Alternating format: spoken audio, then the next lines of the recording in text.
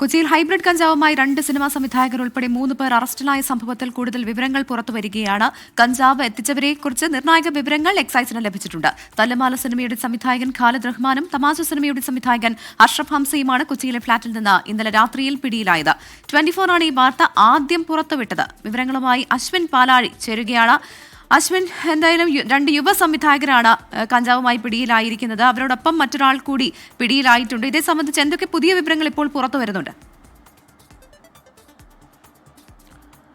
പ്രവിധ ഏറ്റവും പ്രധാനമായി ഇതിന്റെ സോഴ്സ് കണ്ടെത്തുക എന്നുള്ളതാണ് എക്സൈസിനുള്ള പ്രധാനപ്പെട്ട കാര്യം. അതിനുവേണ്ടിയുള്ള തെരച്ചിൽ എക്സൈസ് ഇതിനോടകം തന്നെ ആരംഭിച്ചിട്ടുണ്ട്. ഇന്നലെ ഈ തെരച്ചിലിന്റെ ഭാഗമായി റെയ്ഡിൽ ഉണ്ടായിരുന്ന എക്സൈസ് ഇൻസ്പെക്ടർ KP പ്രമോദ് ഇപ്പോൾ 24-നൊപ്പം ചേരുകയാണ്. സാർ, ഏറ്റവും പ്രധാനമായി നമ്മൾ പറഞ്ഞതുപോലെ സോഴ്സ് കണ്ടെത്തുകയാണ്. അതിലേക്കുള്ള നടപടികൾ ആരംഭിച്ചു?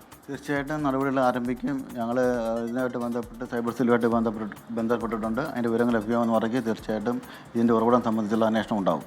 നിങ്ങൾ എത്തുമ്പോൾ ഇന്നലെ ഇവർ ഈ ലഹരി ഉപയോഗത്തിലായിരുന്നു? ഉപയോഗത്തിലല്ല, അവർ ഉപയോഗിക്കാനുള്ള ഒരു ശ്രമത്തിലായിരുന്നു.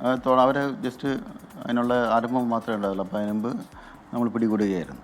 ഈ സിനിമാ സെറ്റുകൾക്കുള്ളിലേക്ക് പരിശോധന എത്തുന്നത് ഉടനെ ഉണ്ടാവും? ഇല്ല, അങ്ങനെ ഒരു ഇൻഫർമേഷൻ നമുക്ക് കിട്ടുന്നില്ല. കിട്ടിയാൽ തീർച്ചയായിട്ടും ഉണ്ടാവും. തടസ്സമുണ്ടോ അങ്ങനെ? അഥവാ ഒരു തടസ്സമില്ല. ഇൻഫർമേഷൻ കിട്ടേണ്ട ഒരു തടസ്സമേ ഉള്ളൂ, അല്ലാതെ മറ്റു തടസ്സങ്ങളൊന്നുമില്ല. കൊച്ചിയിൽ നിന്ന് തന്നെയാണ് അത് പുറത്തുവിടുന്നെങ്കിലും വലിയ അളവിൽ കഞ്ചാവ് അടക്കമുള്ള സാധനങ്ങൾ ഇവരേക്ക് എത്തുന്നു എന്നുള്ളതാണോ എക്സൈസ് മനസ്സിലാക്കുന്നത്?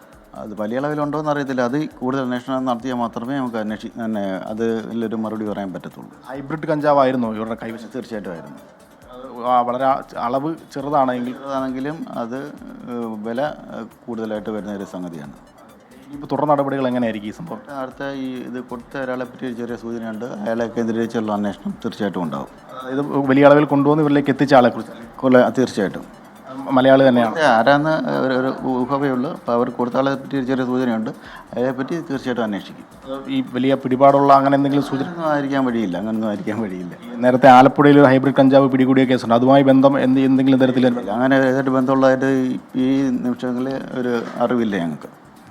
രഹസ്യവിവരത്തിൻ്റെ അടിസ്ഥാനത്തിലുള്ള പരിശോധന? രഹസ്യവിവരം കിട്ടിയതിൻ്റെ അടിസ്ഥാനത്തിലാണ് പരിശോധന നടത്തിയത്. കൂടുതൽ ആളുകൾ സിനിമാ മേഖലയിൽ തന്നെ ഇതുമായി ബന്ധമുള്ള ആളുകൾ ഉണ്ടെന്ന് വിശ്വസിക്കുന്നു? കാണുമായിരിക്കുമെന്നാണ് നമ്മുടെ ഒരു വിശ്വാസം. സിനിമാ മേഖലയിൽ തന്നെ തുടർന്ന് പരിശോധനകളുണ്ട്. തീർച്ചയായിട്ടും ഇൻഫർമേഷൻ ലഭിക്കുന്ന മുറയ്ക്ക് കിട്ടിയാൽ ഉറപ്പായിട്ടും ഏത് മേഖലയിലായാലും ഞങ്ങൾ പരിശോധന നടത്തും. സിനിമാ സംഘടനകളുടെ പിന്തുണ എക്സൈസിന് ഇതുമായി ബന്ധപ്പെട്ട് ഏതെങ്കിലും തരത്തിൽ അവർ അറിയിച്ചിട്ടുണ്ട്? ഒന്നുമില്ല. അങ്ങനെ ഒരു ബന്ധം നമുക്കില്ല. സിനിമാ സെറ്റുകളിലൊക്കെ പരിശോധനയ്ക്ക് അവരുടെ ഒരു സഹകരണം കൂടി ആവശ്യമാണ്. നമുക്കിപ്പോൾ പരിശോധനയ്ക്ക് സഹകരണമൊന്നുമില്ല. ഇൻഫർമേഷൻ കിട്ടുക എന്നുള്ളതാണ്. നമുക്ക് എവിടെയെങ്കിലും ഒരു ഇൻഫർമേഷൻ ഉണ്ട്, ഇന്നൊരു സാധനം ഉണ്ടെന്നറിയാൻ നമുക്ക് പരിശോധനയ്ക്ക് കയറാൻ പറ്റത്തില്ലല്ലോ. അല്ലെങ്കിൽ നമ്മൾ കാടടച്ച് വെടിവെച്ച പോലെ. സിനിമാ സെറ്റുകൾക്കുള്ളിൽ പരിശോധനയ്ക്ക് എത്തുമ്പോൾ അത് സാധ്യമല്ല എന്ന് അവിടുത്തെ ആളുകൾ അങ്ങനെ പറഞ്ഞാലും അതിനപ്പുറത്തേക്ക് അങ്ങനെയൊക്കെ പറയാൻ അവർക്ക് റൈറ്റ് ഇല്ലല്ലോ. നമ്മൾ നിയമപരമായിട്ട് നടത്തുന്ന പരിശോധനയെ തടയാൻ ആർക്കും പറ്റത്തില്ല.